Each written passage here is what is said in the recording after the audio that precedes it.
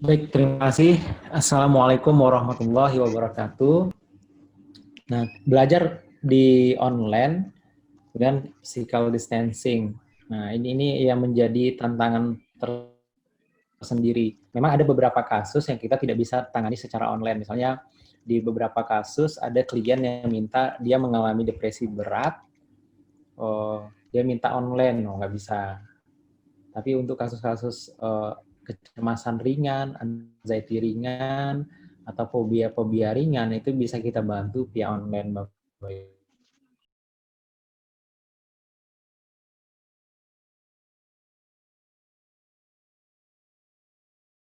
Kalau saat ini mayoritas guru-guru itu memang beradanya di generasi X dan generasi Y. Baby boomers itu udah jarang kita temukan di sekolah meskipun ada satu-satu gitu ya. Oke. Nah, sekarang salah satu karakter yang dimiliki oleh mereka itu adalah ingin cepat, kemudian mereka individualistik, dan mereka ingin kebebasan. Nah, sekarang ini yang jadi persoalannya. Ketika konseling Bapak Ibu lakukan dengan pendekatan psikoanalisis yang memerlukan 60 sesi, memerlukan 6 sesi untuk pemulihan sebuah gejala psikologis, ini berlangsung lama. Sementara anak-anak sekarang itu mereka inginnya cepat. Nah, karena keinginan mereka ingin cepat, maka diperlukan salah satu pendekatan yang bisa kita gunakan yaitu dengan menggunakan Neuro Linguistic Programming. Nah, si Duve juga mengatakan kalau dulu konselor itu, tema Duve ini adalah Presiden American Counseling Association 2016, dia menyampaikan bahwa kalau dulu konselor itu black and gray, hitam atau abu-abu atau putih, di mana mereka memegang Rogerian ya Rogerian saja, Freudian ya Freudian saja, mereka menggunakan satu approach, satu pendekatan. Tapi dia bilang sekarang nggak bisa lagi. Konselor itu harus expanding, dia harus melakukan perluasan, harus menguasai banyak pendekatan. Nah, Bapak Ibu silakan coba dicek di diri kita masing-masing, sudah ada berapa sih approach yang sudah saya kuasai, apakah saya menguasai Rogerian misalnya, apa saya menguasai psikoanalisis, saya menguasai behavioral, atau saya menguasai kognitif, atau saya menguasai cross-kultural, atau ada nggak alternatif-alternatif lain yang sudah dikuasai menjadi seorang konselor. Jika hingga hari ini Bapak Ibu tidak menguasai banyak pendekatan, maka Bapak Ibu nantinya akan kewalahan menghadapi generasi-generasi sekarang. Mereka punya karakter yang sangat berbeda dibandingkan dengan generasi baby boomers, generasi awal itu. Kenapa? Orang dulu itu nggak banyak masalah.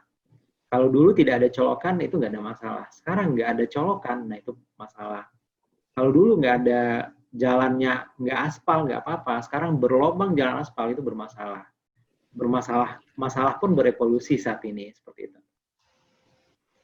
Dan juga ada yang menarik, di komplain kemarin saya sudah sampaikan bahwa ada yang unik dengan masyarakat Indonesia. Jadi 2017 apa ya, kita merasakan kenapa sih pelayanan konseling untuk masalah-masalah basic itu untuk ukurannya di praktek itu jarang ada.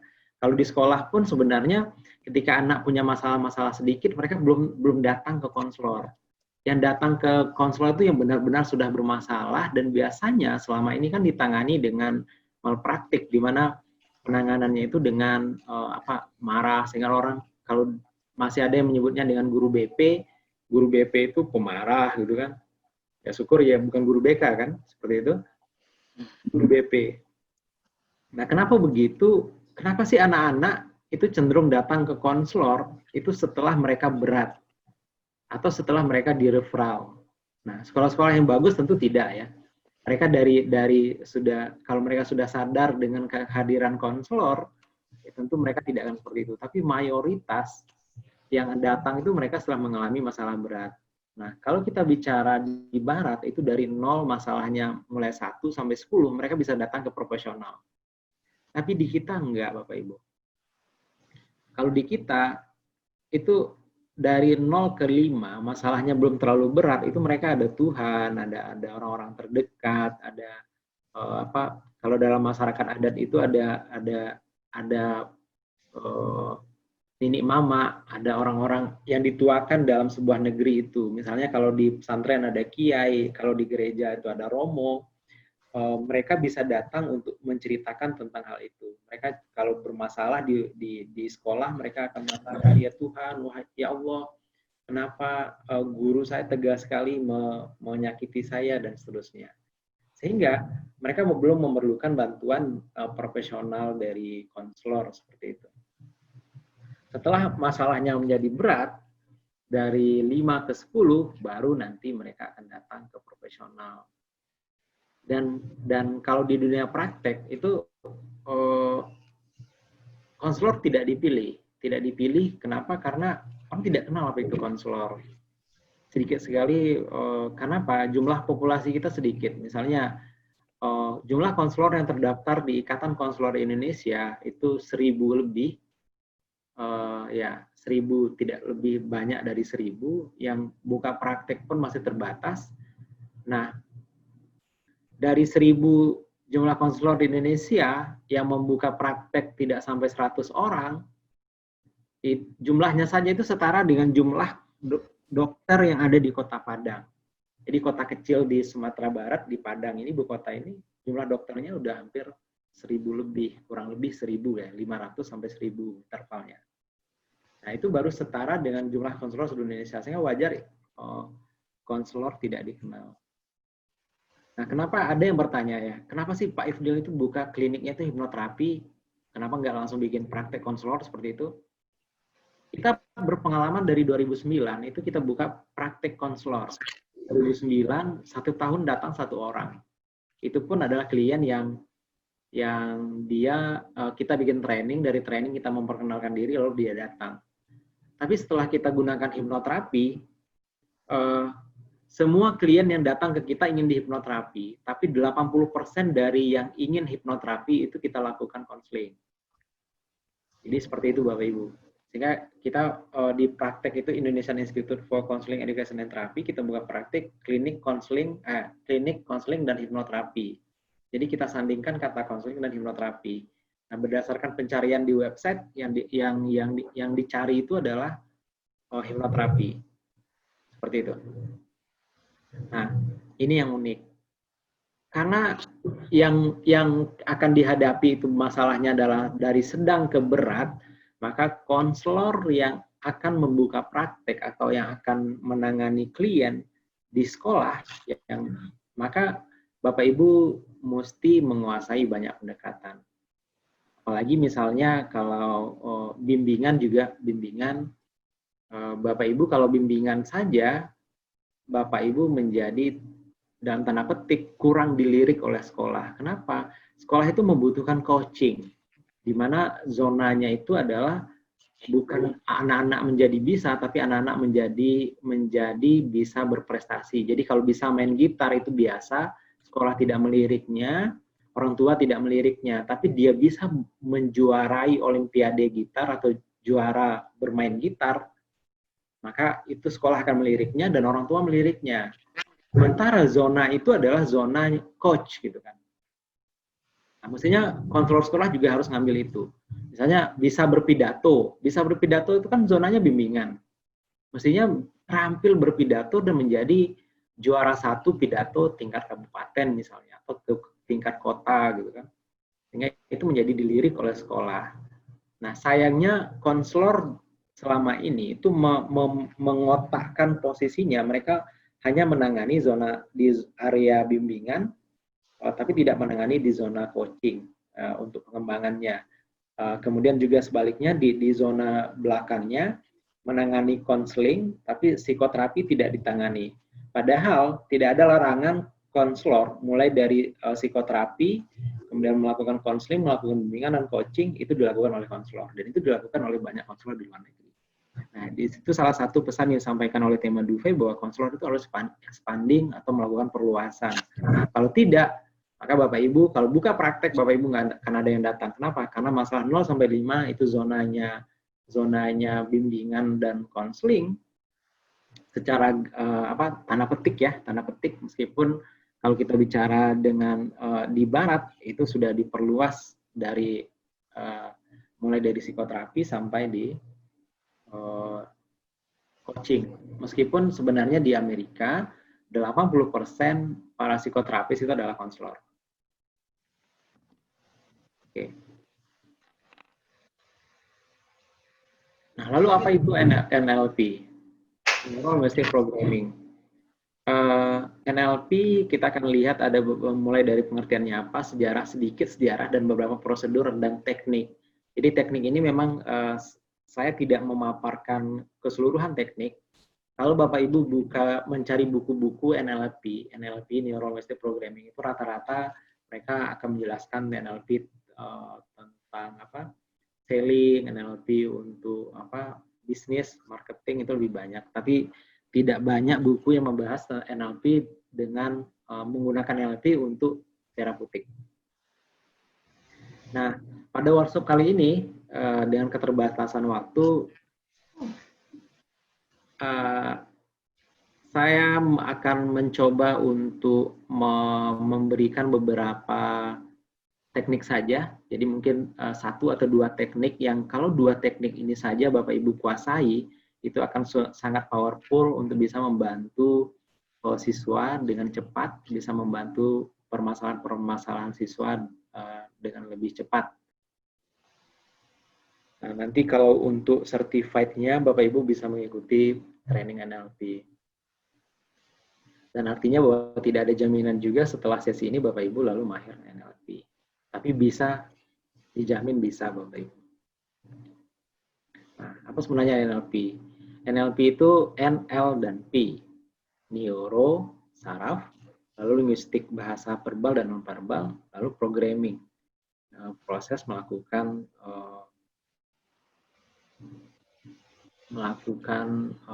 pemrograman terhadap neuro gitu kan. Nah, sebenarnya simpel sekali. Di sehari-hari, di kehidupan sehari-hari kita, itu kita sering menggunakan NLP sebenarnya. Tapi orang tidak sadar kalau itu adalah NLP. Misalnya, kalau yang paling sering kita praktekkan itu misalnya ingin membeli duku. Ingin membeli duku itu biasanya kan kalau mau nyicipi, biasanya kita akan mengatakan, gimana caranya? Pak, boleh nyicip? Karena itu terlalu ribet. Kalau di NLP bisa dengan menyampaikan begini, Pak, manis nggak dukunya? Dengan kita mengatakan manis dukunya, dia otomatis otaknya terangsang untuk memberikan duku itu kepada kita. Bahkan misalnya kalau kita udah terkoneksi dengan sesama, misalnya lihat penanya, ketika kita lihat penanya lalu kita menggunakan tangan seperti ini, maka dia otomatis akan memberikan pena. Nah, itu NLP sebenarnya. Jadi NLP ini adalah bahasa pemrograman pikiran. Jadi bagaimana kita memprogram pikiran dengan cepat. Dengan melakukan program dengan cepat itu, otomatis nanti akan merubah perilaku. Kata kuncinya di sana. Jadi pengubahan perilaku dengan menggunakan bahasa yang tepat. Dalam salah satu di teknik NLP itu adalah kalimat-kalimat sugestif, bahasa-bahasa yang sugestif. Nah, dan itu diterapkan oleh banyak orang-orang kita, di BK juga seperti itu. Misalnya, saya ditelepon oleh profesor, misalnya Prof. Raid nelfon saya, Ifdil, bisa kan kamu ke sini? Ketika beliau nelfon seperti itu, saya akan dengan otomatis, oke Pak, saya ke sana. Kan itu pertanyaan ya. Sebenarnya itu dalam NLP dia bernilainya itu pertanyaan, tapi sebenarnya dia perintah. Gitu kan. Mas Fikri, bisa kan dihidupkan mic-nya? Coba ya, bisa Pak. Mas Fikri langsung menghidupkan mic-nya. Iya, benar. Nah, itu NLP. Jadi, padahal itu pertanyaan. Nah, Bapak Ibu itu bisa menggunakan kalimat-kalimat yang seperti itu, yang dalam bahasa simpelnya itu disebut dengan kalimat-kalimat sugestif seperti itu. Sehingga dalam sesi kita itu nggak ada pertanyaan-pertanyaan yang misalnya, gimana perasaannya setelah sesi, sudah lebih baik atau bagaimana ya? Nah, itu akan mengacaukan mereka. Jadi cukup mengatakan sudah lebih baik kan, sudah lebih optimal, gimana? Segar kan rasanya gitu kan, enak kan gitu kan? Setelah sesi gimana? Lebih ringan kan masalahnya setelah datang sesi ini?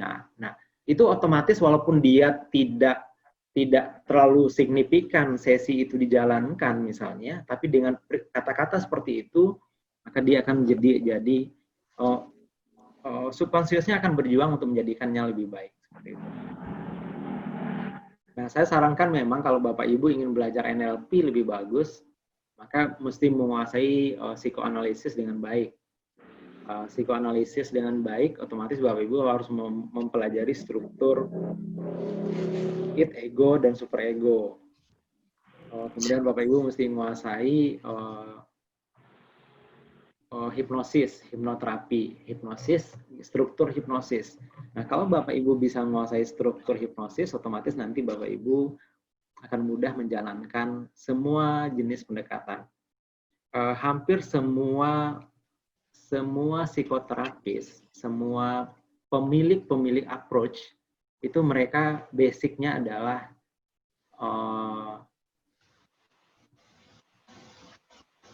basic yang mereka kuasai itu adalah hipnosis. Nah, sekarang pun kita sedang dalam klinikal ini kita mengembangkan sebuah pendekatan yang jauh lebih hebat lagi menurut kami dari NLP yang kita sebut IPLT, Ideal Perceptual Like Technique. Tapi itu mungkin di sesi berikutnya Bapak Ibu insya Allah. Sekarang kan kita sedang melakukan banyak riset untuk menjadikan pendekatan ini, teknik ini untuk bisa digunakan oleh konselor nantinya. Kalau ini sudah digunakan nanti insya Allah akan memberi warna baru dalam pelayanan konseling Bapak Ibu. Jadi konseling Bapak Ibu kalau selama ini dengan menggunakan talk terapi saja, menggunakan talk mulut gitu kan, nanti Bapak Ibu akan dibantu dengan alat. Dengan alat itu nanti otomatis nilai jualnya itu jauh lebih tinggi. Kenapa nilai jualnya jauh lebih tinggi? Semua profesi itu mengandalkan alat untuk membangun nilai jualnya, Bapak Ibu. Dan alhamdulillah saya pikir ini sebuah anugerah dari Ilahi. 2018 kita menemukan pendekatan ini dan kedepannya insya Allah kita akan kembangkan. Tidak ada lain adalah tujuannya untuk mengembangkan profesi ini. Jadi bagaimana BK itu bernilai jual. Kalau kita mengkaji ke profesi lain, misalnya dokter itu yang bikin mereka mahal itu bukan kepada skill mereka sebenarnya, tapi lebih kepada alat. Semua rumah sakit mahal itu alat-alatnya mahal. Mereka menggunakan kursi yang mahal, mereka menggunakan tempat tidur yang mahal, stetoskop yang mahal, gitu kan, tempat tidur mahal, gorden mahal, dan tempat yang bagus mereka jual mahal. Jual mahal maksudnya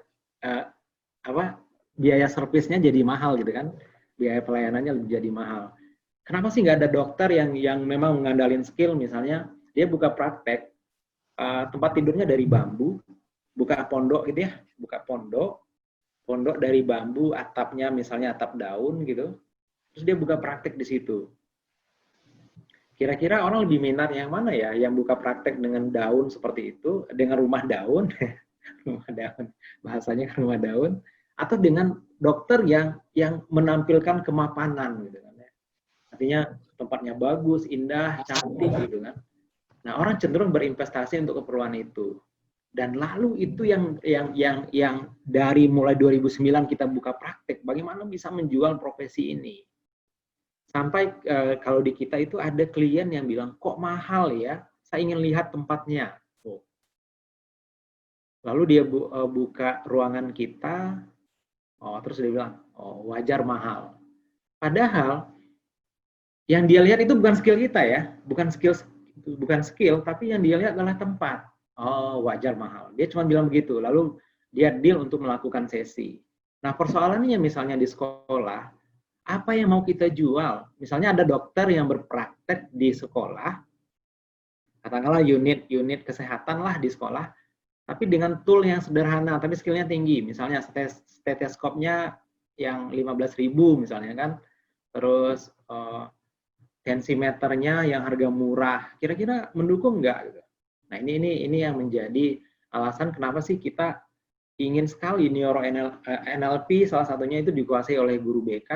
Nanti seiring dengan itu kita akan kembangkan pendekatan-pendekatan. Bahkan saya mengatakan saya inginnya suatu saat, kalau di dunia medis itu ada MRI, scanner, yang orang dimasukkan lalu terdiagnosa banyak penyakit, saya mengatakan nanti kita masukkan orang ke dalam scan itu, kita keluarkan mereka hilang masalah. Lalu ada yang bilang, kamu gila. Enggak, logis. Tapi masalahnya mau buat MRI dengan programan itu yang kita sedang masalah. Nanti kalau Bapak Ibu ada yang punya, kayak sekarang ini, saya ingin mengembangkan alat, kok jadi curhat ya? Ingin mengembangkan lightingnya yang terstandar itu, kita terkendala kerjasama dengan perusahaan-perusahaan pembuat lampu. Nah, sekarang kita sedang kerjasama itu, tapi standar industri rumah tangga. Nah, nanti kalau ada teman-teman yang punya teman, yang temannya itu bisa memproduksi lighting, nah kita bisa gunakan. Oke, kita kembali ke sini, Bapak Ibu, NLP. Nah, NLP ini digunakan untuk apa saja? Yang paling banyak digunakan itu untuk bisnis, Bapak Ibu. Bisnis, kemudian setelah itu untuk komunikasi, untuk pendidikan, untuk sport, dan untuk kesehatan, untuk menghilangkan berat badan, berhenti merokok, fobia, kemudian di medikal itu ada konseling, psikoterapi, dan seterusnya. Ini digunakan untuk keperluan ini. Kenapa sih di bisnis itu sales itu selalu, Bapak Ibu itu kadang-kadang kalau bertemu sales itu susah sekali untuk menghentikan dia untuk bercerita tentang produknya. Bahkan ketika dia sudah menawarkan produk, dia udah mulai bercerita banyak, Bapak Ibu mau pergi dari cerita dia, itu berat. Seperti ada salah dan akhirnya membeli produk itu. Kenapa? Karena mereka menggunakan NLP. Mereka menggunakan Neuro Linguistic Programming. Bahkan yang orang bilang via telepon itu hipnotis, itu sebenarnya bukan hipnotis, tapi lebih ke NLP. Mereka pandai sekali menggunakan bahasa pemrograman ini, sehingga nanti Bapak Ibu hampir tidak berdaya untuk menghentikan penawaran produk itu. Misalnya di NLP itu ada namanya yes set conditioning. 3 kali orang mengatakan yes, kalau dia yes 3 kali maka dia bisa ditawarin produk. Kemudian negosiasi, meeting. Coba lihat, negosiasi, ketika orang melakukan negosiasi atau meeting itu lebih banyak dilakukan di siang hari, di lunch, atau nanti di dinners. Hampir tidak ada negosiasi dilakukan di pagi hari. Pertanyaannya kenapa mesti di siang hari atau di malam hari? Di kondisi makan siang atau di makan malam? Karena kondisi itu adalah gelombang otak sudah mulai turun, di mana orang sudah mulai fokus dengan rasa laparnya, mereka fokus dengan makanan, kondisi itu menjadikan orang mudah untuk tersugesti. Nah, dengan bahasa yang bagus, maka nanti orang bisa untuk cenderung mengokekan. Nah, ini sejarahnya. Yang paling kita kenal itu adalah Meta Model dan Milton Erickson, yang mengeluarkan Milton Model dengan bahasa Milton. Bahkan dia punya aliran tersendiri di hipnosis. Oke. Nah, pilar NLP itu ada outcome, sensory acuity, behavior flexibility, dan rapport. Outcome, Bapak Ibu ketika akan menjalankan sesi, kita mesti tahu apa sih outcome-nya. Apa yang mau dikeluarkan dari sesi ini. Misalnya ketika dia takut ular, oke, takut ularnya itu, atau sekarang misalnya dia takut COVID-19. Apanya yang dia takut? Misalnya, saya kalau membayangkan bentuk COVID itu, saya menjadi cemas. Nah, oke. Dengan kecemasan yang kamu miliki itu, kamu maunya seperti apa? Nah, itu outcome. Jadi, saya mau minimal kalau saya pejam mata, saya nggak masalah. Nah, atau saya mau nanti sampai saya bisa melihat video COVID-19 dan saya biasa saja. Nah, semakin jelas outcome-nya, itu semakin mudah kita raih. Seperti itu. Sensory acuity itu adalah bagaimana mereka menggunakan penginderaan mereka. Jadi setiap individu punya sensory acuity, penginderaan masing-masing. Jadi dia akan tahu bahwa dia bisa tidak meraihnya, dia akan tahu bahwa dia tidak bisa tidak mencapainya. Misalnya Ketika dia takut dengan ular dengan kuat, maka dia akan bisa menilai kondisi dirinya, saya ini bisanya sampai di mana. Sampai bisa memegang ular atau cukup dengan lihat ular saja gitu, seperti itu. Kemudian behavior flexibility, nanti kalau teknik satu tidak sukses, maka kita bisa mudah beralih dengan teknik-teknik lain dalam NLP. Kemudian berikutnya rapport. Rapport ini menjadi wajib dalam NLP. Jadi kalau Bapak Ibu tidak terbentuk rapport dengan klien, maka sesinya pasti tidak akan berjalan dengan baik Bapak Ibu. Jadi dengan rapport yang bagus, maka otomatis akan dengan mudah sesi itu berjalan dengan bagus, sempurna Bapak Ibu. Nah, dulu di kuliah, saya sering statement yang mengatakan bahwa directive counseling itu tidak efektif untuk menjalankan sesi. Kenapa? Direktif itu adanya di konselor, ide-idenya di konselor, lalu memberi nasihat kepada klien, itu tidak efektif. Dan dulunya iya, saya percaya itu. Tapi sekarang ternyata direktif itu sangat efektif, Bapak Ibu. Persyaratan dia biar efektif itu adalah rapport. Jadi kalau terbentuk kedekatan yang bagus, maka dia nggak berani nolak. Jadi kalau Bapak Ibu memerintahkan siswa yang sudah dekat dengan Bapak Ibu, nah tolong ambilkan kapur di sana, misalnya, atau ambil spidol, atau ngambil apa, mereka akan ambil.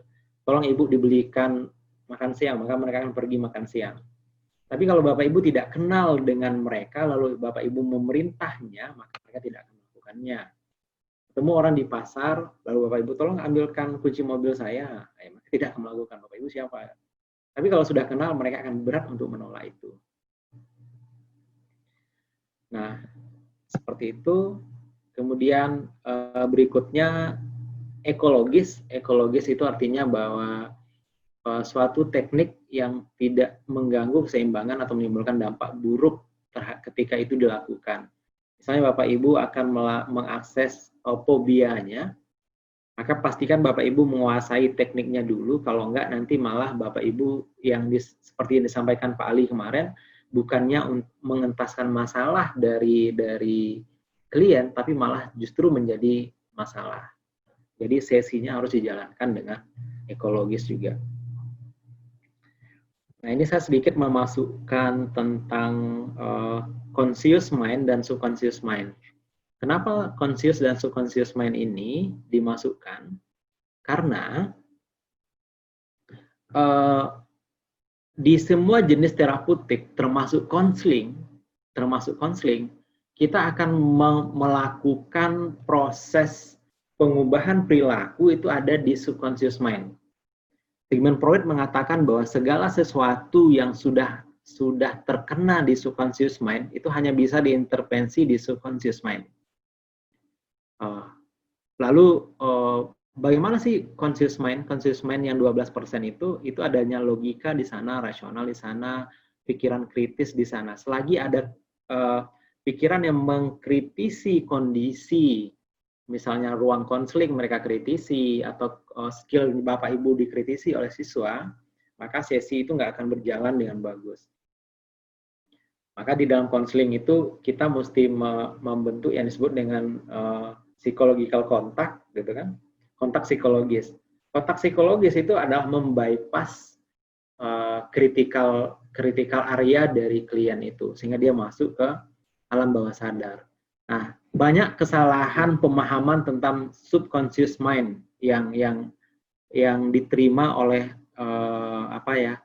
masyarakat kita. Misalnya, conscious mind itu adalah pikiran sadar dan subconscious mind itu adalah pikiran tidak sadar. Bukan demikian maknanya. Ketidaksadaran yang dimaksud oleh di subconscious mind itu adalah long time memory, Bapak Ibu. Subconscious mind ini semacam long time memory jangka panjang yang keperluannya itu hanya akan muncul kalau itu diperlukan.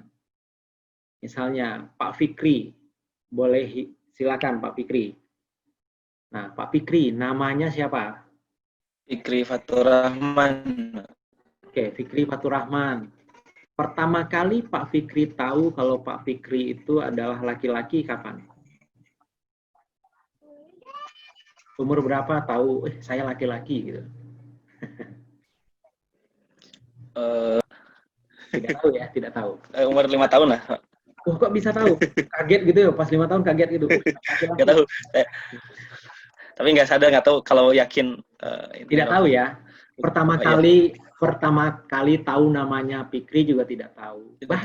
Bahkan kalau Sigmund Freud mengatakan segala sesuatu yang hilang 5W1H itu disebut subconscious. Jadi segala sesuatu yang hilang 5W1H, what, when, why, where, gitu kan, how.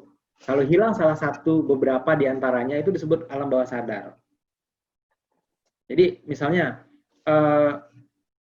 makanya ada yang mengatakan bahwa hipnosis itu berbeda dengan konseling. Konseling itu sadar katanya. Loh, saya bilang konseling itu harus dalam kondisi critical area itu 0, otomatis mereka ada di subconscious mind. Contoh ya, Pak Fikri, ini namanya Zoom, kemudian namanya laptop. Pertama kali Pak Fikri tahu namanya laptop itu kapan? Umur berapa? Siapa yang memberitahu? Di mana? Waktu apa? Dan bagaimana cara dia memberitahu? Tidak tahu. Bapak kehilangan informasi tentang itu. Apakah Bapak tidak sadar? Iya, Pak, tidak sadar. Tidak sadar ya. Seolah-olah kita tidak sadar. Jadi coba lihat, Bapak Ibu boleh lihat benda-benda yang ada di sekitar Bapak Ibu dan coba cari 5W1H-nya. Benda-benda apa saja yang Bapak Ibu tahu dan bisa menjawab 5W1H.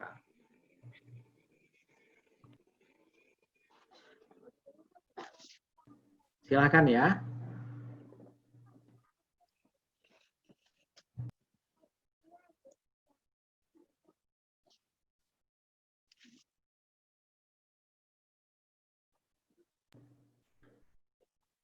Ada tidak objek-objek yang Bapak Ibu kenal?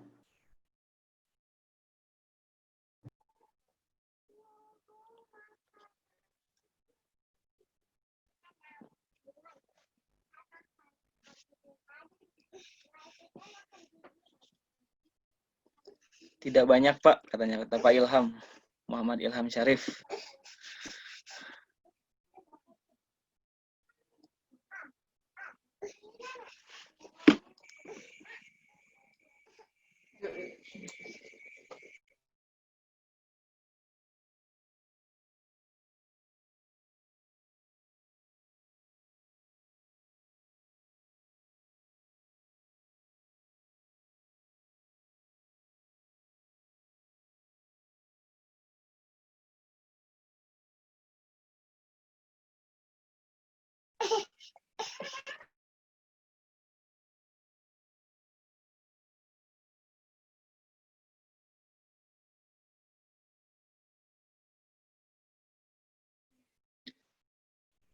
Oke, Bu Fristi, yang diingat hanya yang melekat dengan satu peristiwa dan kejadian atau kejadian, Pak. Nah, itu dia. Jadi kita ternyata kenapa dia long term memory itu dia akan keluar jika diingat dan artinya bahwa 99% yang kita pelajari itu kita tidak ingat dan itu membentuk behavior, perilaku, image, memory, belief system. Jadi dia tersimpan di alam bawah sadar. Yang seketika ketika kita akan tanya, mungkin kita bisa call, bisa tidak. Pak Fikri pertama kali SD tahun berapa? SD itu berarti 2005, Pak. 2005 ya? Ya. Nah, 2005. Sepanjang sesi tadi ingat nggak namanya Fikri? Sepanjang sesi tadi? Ya, enggak ya? Hilang gitu kan? Hilang. Jadi, nah begitu. Jadi informasi yang ada di subconscious mind itu keluar masuk gitu ya. Dan dia akan hadir di conscious mind itu ketika garis hitam ini itu adalah kritikal. Jadi kritikal itu membolehkan enggak informasi itu dikeluarkan. Misalnya Pak Fikri saya tanya ini pertanyaan yang aib, misalnya apa ya? Pak Fikri boleh mencuri, pernah mencuri enggak? Waktu SD. Tapi itu Nah, pun karena mendesak misalnya. ini kan informasi yang Ya, kebetulan beliau mau sampaikan. Kalau saya tanya lebih dalam lagi misalnya, apa yang misalnya informasi yang sangat rahasia yang Bapak miliki, apa contohnya Pak? apa ya? Kira-kira Bapak mau keluarin nggak? Nggak mungkin ya? Enggak. Nggak mungkin. Jadi disitulah kritis itu, posisi kritikal itu. Jadi sebagai seorang konselor sebenarnya logika apapun pendekatan yang Bapak Ibu akan lakukan, jenis pendekatan yang lakukan itu kita akan menghancurkan garis hitam itu pembatas antara conscious mind dan subconscious mind. Jadi selagi dia bisa membuka semua yang dia alami itu otomatis dia juga bisa dimasuki programan. Jadi kalau dia bisa menceritakan misalnya Bapak Ibu, misalnya di sesi saya yang paling dia klien-klien yang menceritakan tentang bahwa dia selama ini itu misalnya melakukan onani atau masturbasi. Dia melakukan onani. Itu kan aib bagi dia, tapi ketika dia sudah mau menceritakan itu, berarti orang ini mudah bisa kita program. Nah, lalu bagaimana kisahnya di sekolah? Kenapa Bapak Ibu terkendala melakukan sesi konseling? Konseling di mana anak yang dirujuk diminta oleh kepala sekolah, oleh wali kelas, atau oleh guru-guru mata pelajaran, dia diantar ke Bapak Ibu, dikirim ke Bapak Ibu. Di situ dalam kondisi sangat protek. Kita nggak bisa mengakses informasi yang banyak tentang dia. Nah, selagi tidak bisa terakses, maka sesi tidak akan berjalan dengan bagus. Nah, salah satu jalan untuk bisa mengakses itu adalah raport, gitu kan, membentuk koneksi antara klien dan konselor. Nah, ini tadi subconscious, maka kita akan berbicara zona yang sangat baik untuk melakukan sesi itu adalah zona tenang, alfa atau theta. Jadi satu fokus. Jadi kalau di beta mereka banyak yang mereka pikirkan, maka tidak bisa jalan. Lalu maka masuk ke zona tenang. Zona tenang itu bukan memejamkan mata selalu Bapak Ibu. Jadi ketika klien dia sudah melihat Bapak Ibu, misalnya sekarang ketika saya berbicara Bapak Ibu lihat saya, maka itu adalah zona tenang Bapak Ibu. Tapi kalau misalnya Bapak Ibu memprotes, misalnya, aduh, kok Pak Ifdil ini laptopnya nggak nyala, kok suaranya putus-putus, kok pakai headset dan seterusnya, itu akan bermasalah. Nah, itu adalah zona di mana Bapak Ibu super aktif, gitu kan. Banyak yang Bapak Ibu pikirkan. Sebentar Bapak Ibu.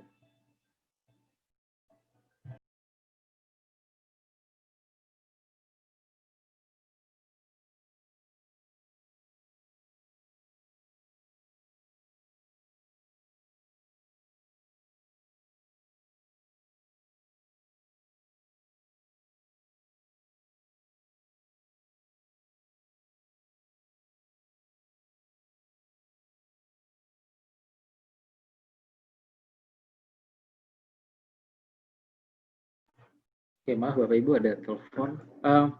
Jadi Bapak Ibu harus memastikan dalam setiap sesi yang Bapak Ibu lakukan itu kondisi anak, kondisi klien itu dalam kondisi fokus. Fokus itu artinya dia sedang memang menghadapi masalah ini dan tidak ada berpikir dengan yang lain. Jadi makanya kenapa sih sesi tidak berjalan dengan baik? Dia sedang berpikir, misalnya Bapak Ibu lakukan di sesi akhir di sekolah, di pembelajaran terakhir, dia berpikir bagaimana caranya untuk bisa pulang cepat. Nah, itu bukan zona tenang di situ. Atau dia sedang galau-galaunya, sedang memikirkan tentang banyak hal, maka dia bukan tenang. Nah, kalau kondisinya seperti itu, maka Bapak Ibu harus menenangkannya dengan dia tetap harus fokus. Maka di situ ada peran pembentukan raport seperti itu. Nah, di tulisan saya tentang aplikasi hipnosis dalam konseling, saya menyebutkan bahwa konseling tidak mungkin berhasil tanpa kondisi hipnosis. Kondisi hipnosis itu adalah kondisi tenang, kondisi fokus. Contoh yang paling simpel kondisi fokus yang dilakukan di hari-hari itu adalah ketika ibu-ibu menggendong bayi, Bapak Ibu. Ibu-ibu itu bisa menggendong bayi dari pagi sampai sore. Lalu kenapa bapak-bapak tidak bisa menggendong bayi sampai sore? Bahkan 1 jam saja sudah capek. Karena ketika menggendong bayi, bapak-bapak mikirnya banyak. Kalau saya gendong bayi, saya kerja apa? Nanti kalau saya gendong bayi lama-lama, nanti lihat tetangga, saya malu. Sehingga kondisi begitu, bapak-bapak aktif kritikal, otomatis energi yang dia gunakan ada 12%, dia akan lebih capek. Tapi misalnya kalau dia tanpa kritikal area, maka dia menggunakan energi 88%. Demikian Bapak Ibu. Nah, NLP akan bekerja di 88% itu di gelombang alfa dan theta. Konseling juga akan bekerja di sana. Dari semua pendekatan mereka akan bekerja di alfa theta. Semuanya seperti itu. Dan tidak ada misalnya di pembelajaran saja yang paling kita ingat itu saya dulu belajar tabel periodik misalnya. Dulu kita mudah menghafalnya, dulu saya hafal nama kepala daerah, saya hafal nama kepala desa, saya hafal nama camat, saya hafal ibu kota provinsi, ibu kota kabupaten. Tapi terus akhirnya lupa. Kenapa? Karena kita menghafalnya dalam kondisi sangat sadar sekali. Karena pembelajarannya tidak membentuk perilaku, tapi hanya hafalan. Akhirnya dia masuk ke short term memory. Nah, bagaimana sih sebenarnya NLP itu bekerja? Jadi dari sensory modalities ini, visual, audio, kinesthetic, olfactory, dan gustatory itu akan disensor akan difilter. Jadi akan difilter. Filternya tadi adalah kritikal. Jadi kalau Bapak Ibu melihat, misalnya kalau Bapak Ibu yang filternya bagus, misalnya melihat COVID, informasi yang positif, negatif misalnya tidak akan dimasukkan ke memori dan nggak akan jadi masalah kalau filternya bagus.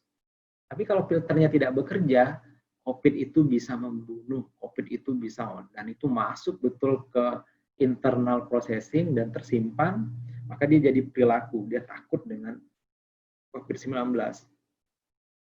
Nah, kemampuan memfilter ini adalah letaknya kritikal itu, sensory filter. Nah, ketika orang dikagetkan, itu kan tidak semua orang bisa kaget. Kenapa?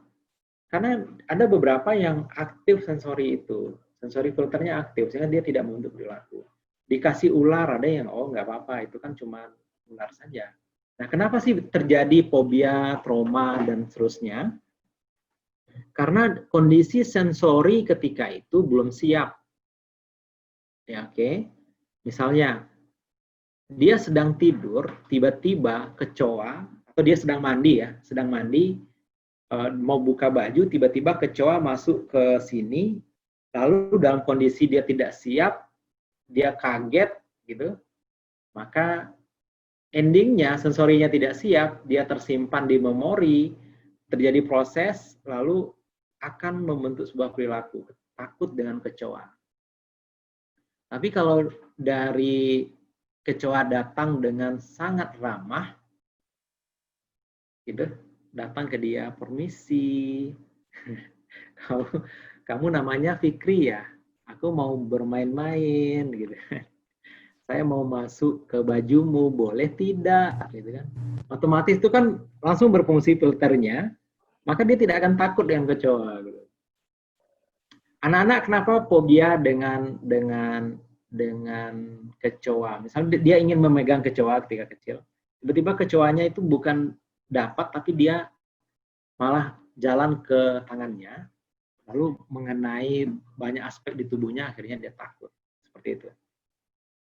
Nah, maka itu prosesnya sehingga terbentuk perilaku ya. Nah, yang sangat penting di NLP itu adalah membangun rapport. Membangun rapport ini ada namanya istilahnya patching dan leading ya. Patching itu adalah Bapak Ibu akan meniru gaya dari si klien, lalu nanti sudah terbentuk rapport, maka Bapak Ibu bisa meliding dia. Leading itu artinya bisa memerintahkan dia, bisa memprogram dia. Gimana sih cara ngelihatnya? Misalnya contoh ya, misalnya patching itu gimana? Bapak Ibu, Mas Fikri, siapa aja peserta ini? Mas Fikri itu asalnya dari mana? Dari Bandung, Pak. Oke. Mas Fikri ketemu teman di Jakarta, sama-sama orang Bandung. Misalnya ngomong, halo, selamat siang Mbak, dari mana Mbak? Saya aslinya dari Ciamis, misalnya dari Jawa Barat juga ya, Sunda gitu ya. Terus kalau tahu dia Sunda, biasanya seorang yang bagus itu dia akan membawa bahasa Sunda ya, betul ya? Tiba-tiba terbawa dalam komunikasi bahasa Sunda. Nah, itu namanya patching. Tapi kalau seandainya saya misalnya orang asalnya dari Jambi, ketemu orang Jambi, terus saya tetap berbahasa Indonesia, maka kami tidak akan connect. Tapi kalau misalnya dia atau saya yang kulturnya misalnya kulturnya Melayu, lalu saya ketemu dengan orang Minang, saya ngomong Minang, atau saya ketemu dengan orang Jawa, saya ngomong sedikit Jawa, minimal logatnya saya jawakan, itu akan lebih mudah membentuk raport, akan lebih hangat, gitu kan ya. Itu apa? Nah, itu verbal patching, meniru intonasi atau konten yang dia ngomong gitu kan. Atau nanti bahasa tubuhnya gitu kan, bahasa tubuhnya kita tiru. Ketika dia begini, ya kita ya cenderung begini juga lah. Nah, itu akan memudah untuk membangun raport. Seperti itu. Kalau sudah terbangun raport, maka kita akan mudah untuk meliding dia. Misal kita ngomong tiba-tiba ketemu misalnya kalau orang Sunda ini merantau paling jauh kemana ya Kang Fikri? Misalnya kita ketemu di Surabaya ya, Fikri ketemu di Surabaya, terus ngomong-ngomong, dari mana ya Mas? Oh saya dari Bandung. Oh hatur nuhun, ngomonglah Sunda gitu kan. Kalau ngomong Sunda lama-lama terus saya minta misalnya manggilnya Kang, bisa tolongin saya nggak ada uang nih, belikan saya air misalnya, tapi dalam bahasa Sunda ngomongnya, pasti akan kita bantu. Pasti akan kita bantu. Kenapa? Karena dia sudah melakukan patching terhadap kita, lalu berikutnya dia memberikan perintah ke kita, maka akan mudah dengan mudah akan kita lakukan. Seperti itu. Polanya seperti itu.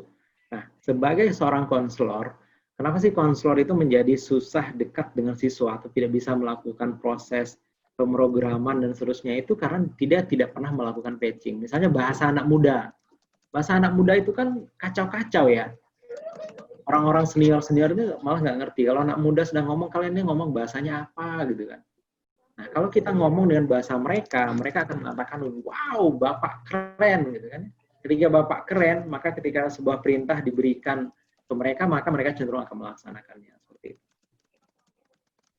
Nah, matching dan mirroring itu perlu dilakukan dalam sesi. Jadi sesi konseling Bapak Ibu itu tidak kaku betul gitu kan. Tapi Bapak Ibu harus melakukan patching dan juga melakukan matching serta mirroring terhadap misalnya kalau belum connect ya. Kalau belum connect artinya Bapak Ibu tidak terlalu dekat dengan siswa ini, maka yang harus dilakukan dalam sesi itu adalah patching dan mirroring. Minimal kalau di online itu bahasanya, misalnya kalau ada telepon, halo, assalamualaikum, waalaikumsalam. Kita ngomong sesuai nada dia. Dan itu sering sekali saya lakukan. Misalnya, halo, assalamualaikum, waalaikumsalam, warahmatullahi wabarakatuh gitu. Atau yang bilangkan, oh, halo bro, woi halo, gitu kan. Jadi sama nadanya. Misalnya kalau bapak ibu nelfon anak-anak, siswanya, gimana sih dia jawab? Halo, assalamualaikum, waalaikumsalam, ibu guru, iya nak. Jadi nadanya itu disesuaikan dengan nada dia. Jadi bapak ibu tidak bertahan, halo, assalamualaikum, waalaikumsalam ibu, kamu apa kabar? Nah itu tidak akan membentuk tidak akan membentuk raport yang bagus gitu. Jadi kalau bapak ibu ingin segera cepat di sesi online, maka harus menyesuaikan bahasanya seperti itu. Nah kemudian tadi kita sudah sebut sensory acuity, ada visual, audio, kinestetik, olfactory, gustatory. Visual itu penglihatan, audio itu pendengaran, kinestetik, penciuman, dan pengecapan. Nah, semua kalau di NLP, semua orang-orang bermasalah ini karena 5 ini.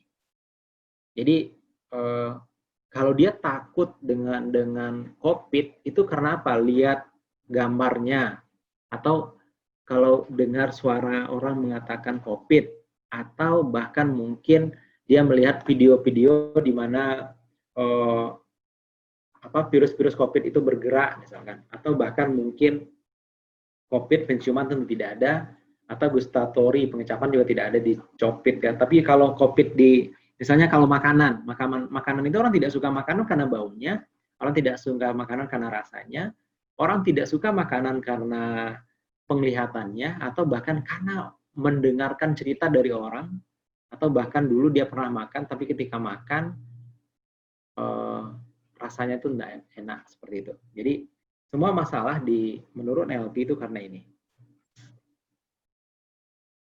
Nah, gimana sih membedakan antara individu yang visual, audio dan kinestetik?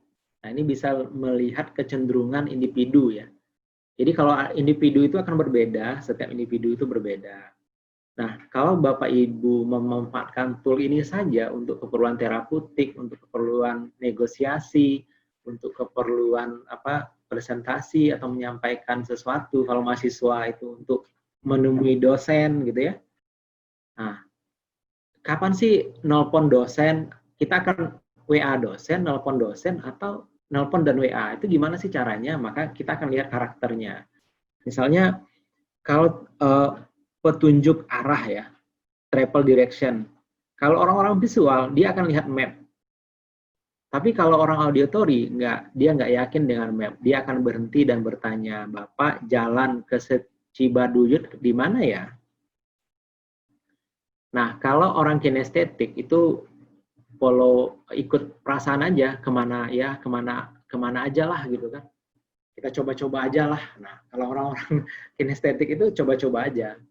Kalau masak gimana? Kalau orang visual, dia akan lihat resep. Kalau orang auditory, dia akan telepon, halo, gimana sih cara masak, misalnya, rendang misalnya kan, dia akan telepon. Tapi kalau orang visual, enggak, dia akan lihat buku resep, cara membuat rendang, cari referensi. Tapi orang kinestetik, follow instinct. Jadi dia akan memasukkan semua makanan, bahan-bahan makanan itu sesuka hatinya, dan dia ikuti rasa dia gitu kan. Nah, risikonya kalau orang kinestetik memasak kadang-kadang enak-enak betul, kalau kadang-kadang ya enggak jelas dan biasanya enggak bisa diulang seperti itu. Kalau shopping juga begitu. Kalau shopping itu kalau orang-orang visual itu dia lihat atau dia lihat gambar gitu kan. Tapi kalau orang auditory itu kalau dia belanja dia, Mbak, dari teh-teh yang dari sini ke sini ini yang bagus yang mana ya? Nah, seperti itu kan. Tapi kalau orang kinestetik dia coba, diambil bajunya dites gitu kan. Nah, seperti itu. Jadi setiap individu itu berbeda. Nah, guru-guru berbeda, kepala sekolah berbeda. Jadi kalau Bapak Ibu ingin misalnya kepala sekolah itu tipenya apa? Kalau kepala sekolah tipenya visual, Bapak Ibu boleh buat proposal dan letakkan di mejanya, maka dia akan membacanya. Tapi kalau tipenya adalah auditory, jangan berharap proposal Bapak Ibu akan terbaca ketika Bapak Ibu taruh di mejanya. Maka kalau tipenya auditory, maka Bapak Ibu harus mencari waktu untuk bisa bertemu dengan beliau dan menceritakan apa ide Bapak Ibu. Kalau tipenya kinestetik, itu dua-duanya Bapak Ibu. Ini proposal, dan kalau perlu minta izin untuk presentasi. Seperti itu. Termasuk juga misalnya kalau yang lagi skripsi, yang lagi tesis, coba lihat, tipe dosennya apa? Tipe visual atau tipe auditory? Ada mahasiswa yang mengeluh, saya itu udah taruh di meja beliau, tapi beliau nggak pernah baca. Ya iyalah, tipenya auditory. Kalau tipe auditory itu dia mau begini, duduk di meja, udah, kamu ceritain apa idemu gitu kan. Jadi dia duduk begini, nah silakan ceritakan. Itu orang auditory. Kalau dikasih naskah dalam bentuk buku, ya dia ogah bacanya. Gitu. Nah, kalau Bapak Ibu mengenal tipe lawan bicara, maka lebih mudah untuk melakukan pemrograman sebenarnya. Nah, berikutnya misalnya, kenapa sih ibu-ibu rumah tangga itu sering sekali menjadi korban demo masak? Demo masak itu komplit Bapak Ibu, paket komplit, visual, audio, kinestetik. Jadi dia akan kasih brosur-brosur yang indah gitu kan, dia akan menjelaskan dengan bagus, dia akan demo lagi memasaknya gitu kan. Dan akhirnya banyak ibu-ibu yang ngutang untuk membeli produk itu, meskipun setelah 1 bulan berikutnya ini tidak digunakan lagi, seperti itu. Kenapa? Karena berat untuk tidak membelinya, kok merasa berdosa tidak membelinya. Padahal yang jualan dia, kita beli kan hak kita, tapi kok kita yang merasa berat hati untuk tidak membelinya gitu, walaupun harus dengan cicilan. Nah, karena toolsnya itu adalah masalah yang terjadi itu karena visual, audio, kinestetik, olfaktori atau gustatory, maka salah satu teknik yang bisa kita gunakan dalam NLP itu adalah submodality intervensi.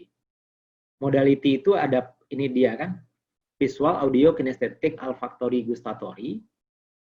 Nah, maka dengan mengubah visual, audio, kinestetik, olfaktori, gustatory itu juga merubah rasa. Jadi setiap modalitas itu memiliki perbedaan yang lebih spesifik, di mana perbedaan inilah yang membedakan setiap individu. Jadi ketika melihat singa, itu tidak semua orang takut kan.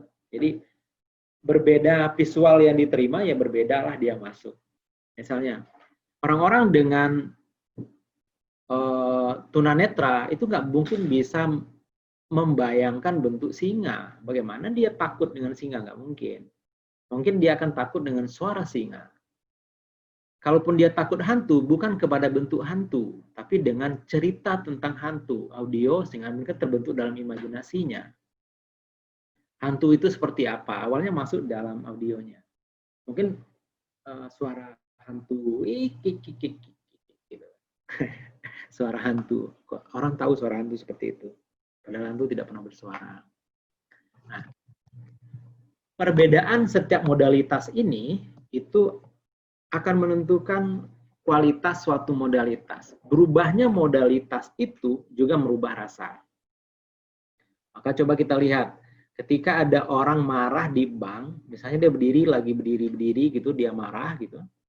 Terus kan oleh petugas bank diminta untuk duduk terus kasih minum. Jadi dari berdiri ke duduk itu merubah modality. Di agama juga diajarkan, di Islam juga diajarkan. Ketika kamu marah, hendaklah kamu berwudu. Kalau nggak setelah berwudu nggak juga reda marah, suruh duduk, nggak juga disuruh baring. Nah, ini merubah modality. Jadi kalau di rumah Bapak Ibu kalau ada suaminya marah, rubah modalitinya. Misalnya dia marah sedang berdiri, Bapak duduk dulu, gimana kita? Apa ceritanya? Jadi kalau lagi marah-marah itu berdiri, suruh duduk, maka berubah modalitas, maka berubah lagi perasaannya. Atau bahkan sebaliknya kalau ibu-ibu lagi marah-marahnya itu, ya suruh duduk gitu kan, suruh duduk. Atau yang lagi kesurupan, dia kesurupan tidur terus guling-guling gitu, suruh duduk aja, duduk dulu, tenang-tenang. Kalau dia nggak tenang, suruh berdiri, yang diri suruh duduk gitu kan. Jadi pokoknya ngerubah itu. Kalau berubah submodality otomatis berubah rasa. Nah, dalam merubah submodality ini, itu dari visual mulai ukuran, bentuknya, jarak, lokasi, terang, redup, berwarna, tidak berwarna. Kalau auditory, suaranya keras, pelan, cepat, lambat.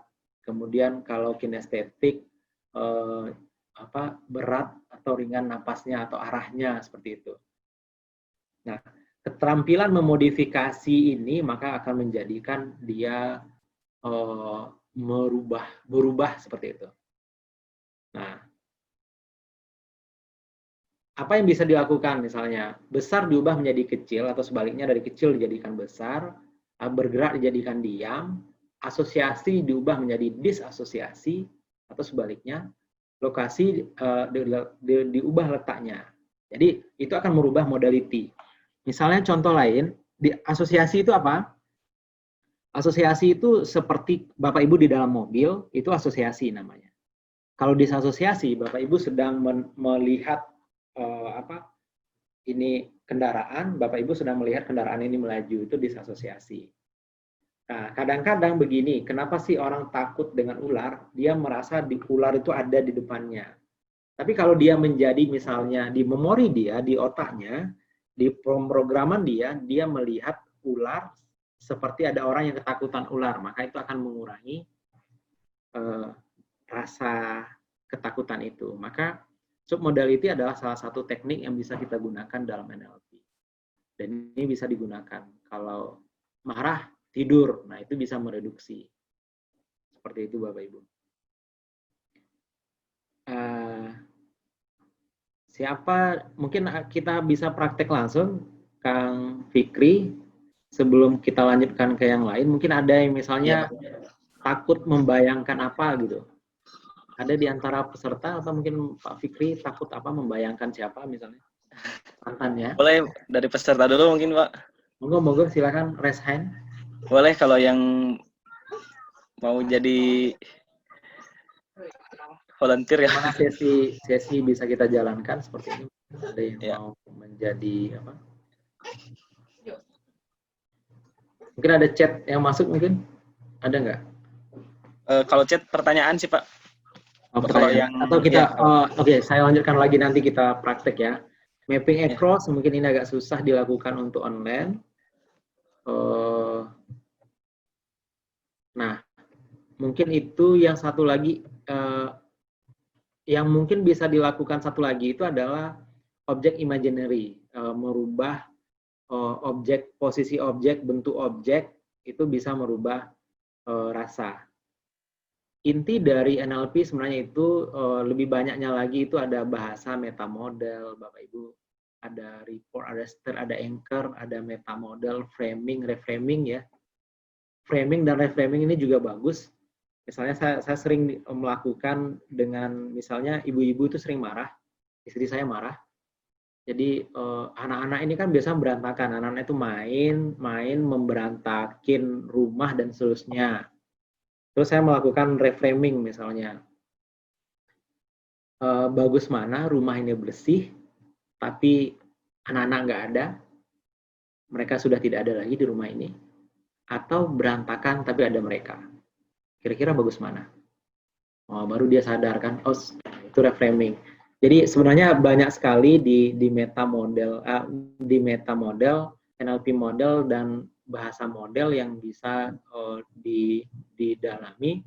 Tapi dengan menggunakan ini saja Bapak Ibu, dengan submodality intervensi saja untuk keperluan COVID-19 ini sudah bisa Bapak Ibu lakukan. Atau dengan nanti mengubah objek imaginary-nya. Nanti saya akan jelaskan dalam sesi praktek nanti Bapak Ibu. Silahkan kalau ada Bapak Ibu yang takut sesuatu atau apa, kita bisa berdiskusi. Dan bagaimana sih sensory modality intervensi dengan tadi objek imaginary tadi. Oke, silakan. Saya kembalikan ke Kang Fikri.